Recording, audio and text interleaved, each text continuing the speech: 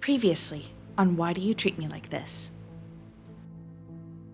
Audrey walked around with her rich, stricken parent along with her mother's friends. Amanda was always meeting different boys in different places, and she would date them, do some sort of intercourse with them, and dump them. We have a camper next door to Mark and Sherry Orzo. A boy walked out of the Orzo's house.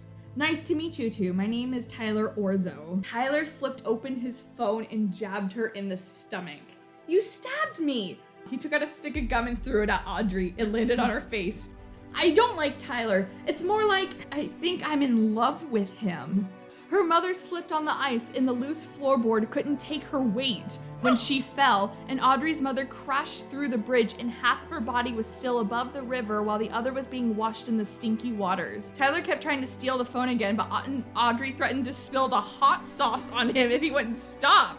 Audrey slapped Tyler. Audrey sent her last reply and Tyler took her phone, placed it in a box, and threw the box into the living room. Audrey slapped Tyler again. The two dined together, ignoring each other's battle scars. I have the wish to not see Tyler ever again. Welcome back, everybody, to Too Much Mustard. My name is Caitlin. I'm Ashwini. We are continuing to read Why Do You Treat Me Like This? Yes.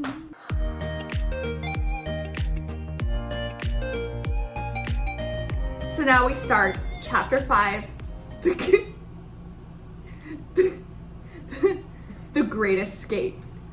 Oh. Whoa! Oh yeah. Rolling around at the speed of sound. Got places to go, gotta follow my rainbow. I can't say that because it's gonna be copyrighted. I mean, whatever. That'll be in the blooper reel. Okay, so I'm wondering, is this like she's finally leaving Colorado and she doesn't have to deal with him, so she's calling it the Great Escape? Or what? I actually don't remember why it's called the Great Escape. I don't remember. I know kind of how it ends, but it's literally been so long. So Right, fair. All right. Okay, let's go. Dive right in. Audrey, why would you say that? Tyler is a nice guy. Did he do something to you? In a way, yes. He confuses me. Again, I use this weird spelling of Confuses.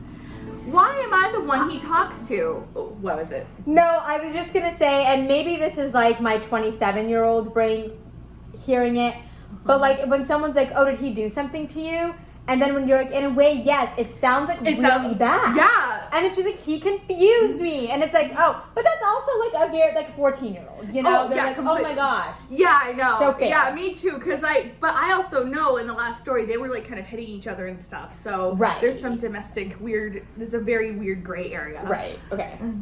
Why am I the one he talks to? Since he told me that he was happy because I talked to him. Why me? Why am I always the one he relies on? Audrey angrily explained. Always? Haven't they known each other for a week? Less than a week. Probably like maybe a day or two. Wow, Audrey. You know what? That's not a bad thing at all. He relies on you because he cares about you. More likely, he's returning your feelings even though you haven't confessed to him yet. I highly doubt that. Let me A tell little bit you, of a stretch. Let me tell you something. Okay. In my 27 years of life, Yes. if a guy likes you, I think you'll know. I think you'll know. Right. I've seen this, like this meme or you know, like the Instagram post where it's just words. And it's like, if a guy likes you, you'll know it. Or it's like, if a guy likes you, you'll know it. And if you're it's like, if a guy leaves you confused as to how he feels, then he doesn't like you. Yeah, something Or like that. something like that, where it's like, you won't be left wondering. right, you won't be confused with a Z. Like Audrey is.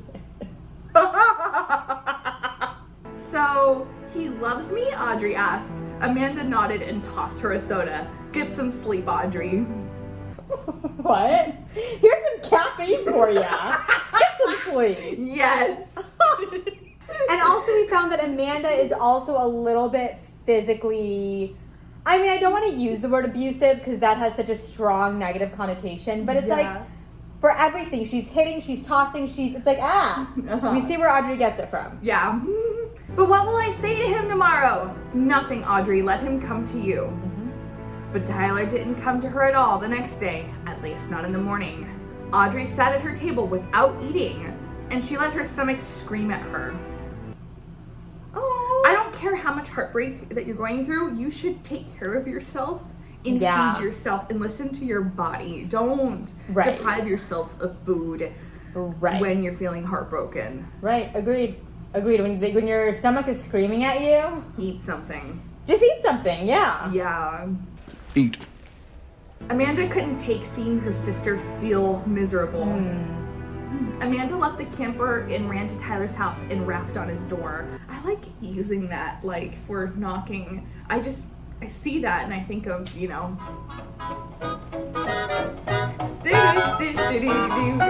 Make way for April. What? He asked. It's Audrey. It's not Amanda identifying as Audrey. She's just saying she's there at his door on behalf of Audrey or because, yeah. It's Audrey. She's been miserable since she came back last night. She thinks she's hurt you and she's too afraid to leave the camper. She won't even eat. What does it matter to... Oh, no. Oh. What's going on? What does it matter to me? Tyler asked.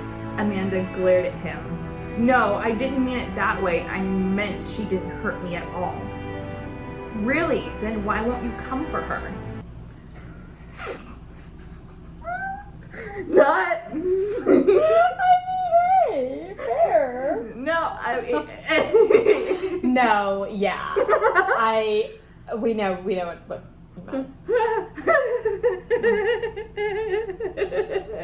20 minutes later.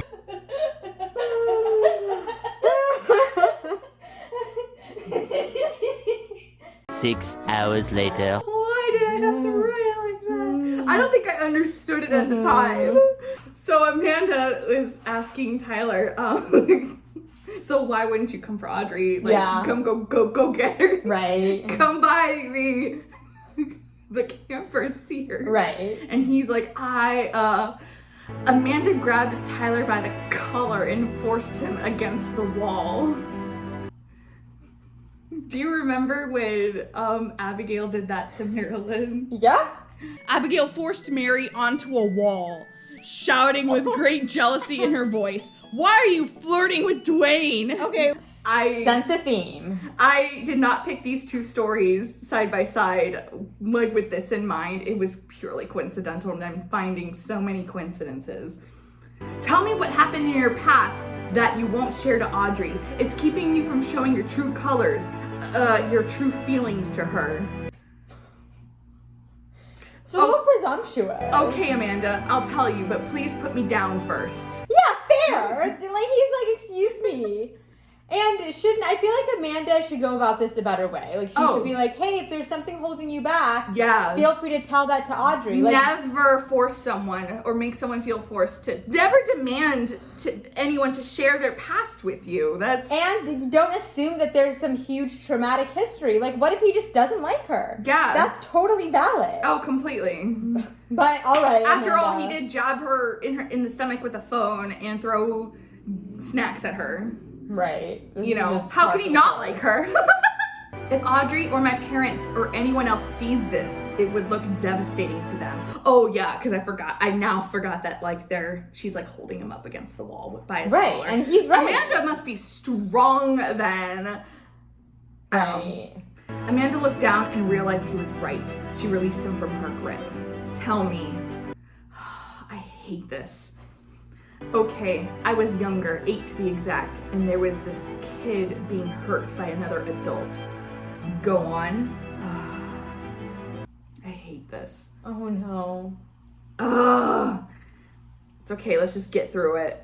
There was a baseball bat next to me. I could have stopped the adult from hurting the kid any further. I didn't do anything. I could have done something, but I didn't. Everyone around me and their friends and relatives all looked down on me as selfish, a coward, and a bastard to the entire town, Tyler explained with tears in his eyes. Wait, how did they all know that he was in this situation? Because it's a small town. Oh, now, so everyone knew. Okay. Rereading this after going through college to obtain a psychology degree and just reading up on psychology and everything that I've ever experienced myself, he could have been scared. And a lot of people, like, there are more than just, it's more than just fight or flight sometimes as a response to trauma. It's freezing too. He could have been frozen. So I know that now, like, looking back at this. And Tyler, if you're ever watching this, you know, I hope you consider that. I hope you, you know, realize that that was a very valid response. And hopefully you've come to peace with that. Well, and especially being 8-year-old himself. Yes. There's nothing you could have done. Right. You know, no one should expect, I mean, even like in the workplace, when we're doing fire safety training, no one expects you to put out a fire. Right. Yeah. And plus, who knows? You could have gotten yourself hurt trying to. So, you know, you did what you could have done. Yeah. Amanda's look in her eyes was a sorry look. I had to go and like ruin this wonderful like piece, you know, peaceful with you know, with more bad writing, but here we are. She nodded. Now don't tell her anything I said, okay? That's Tyler telling Amanda, don't say this to Audrey. Okay. I wasn't going to, but you must understand something. Amanda took a deep breath. My sister forgives like no other, except for her mother. Gosh, that dunking was hilarious. The dunking incident, like the weakening the bridge, making it slippery to make her mother fall into the really like sulfury lake. That's what she's referring to. Okay. But she will forgive you for anything you've done, even if you didn't mean it. She isn't mad at you at all. She's just so confused with a Z, with her own feelings, that she has no idea how to respond towards you. Amanda closed her eyes. What became of the kid? What became of your lamb, Clarice? That just took like a... Yeah, Like now I see how that can be traumatic. I mean, I know that that wasn't the real thing. Yeah. I just wanted, no, I don't know. I thought I justified it by saying I just wanted to shape it like, you know, the interrogation between... No. As you should. But you know what? It's giving this story a lot of layers. Yeah, I know. So many layers. So I guess and I know, you know, trauma can be manifested in many, many ways. Oh, yeah. But is he saying this is holding me back from showing Audrey my true feelings because I feel like I've done something so unforgivable that she can't love me? Oh, my gosh. Oh, Lordy. No. Okay. Tyler replied. Amanda shook her head. And this is Amanda talking. It wasn't your fault. You were young and you were afraid. People have choices in this world and you chose not to do anything. But that was because you were afraid. If you were to go at that man, you would have gotten hurt yourself. Maybe even killed. We literally just said that. So I guess I was a little more self-aware at 14 than I thought I was. Right. Then who would Audrey love?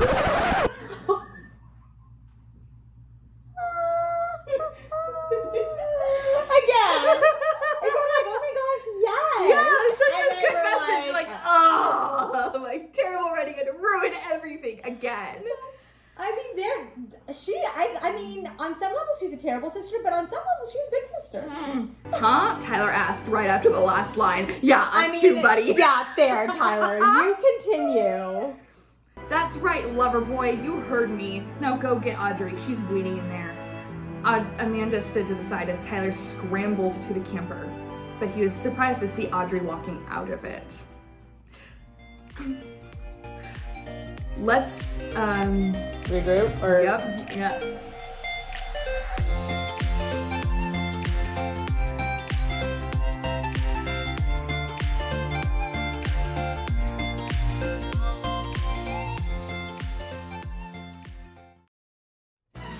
Coming up on Why Do You Treat Me Like This?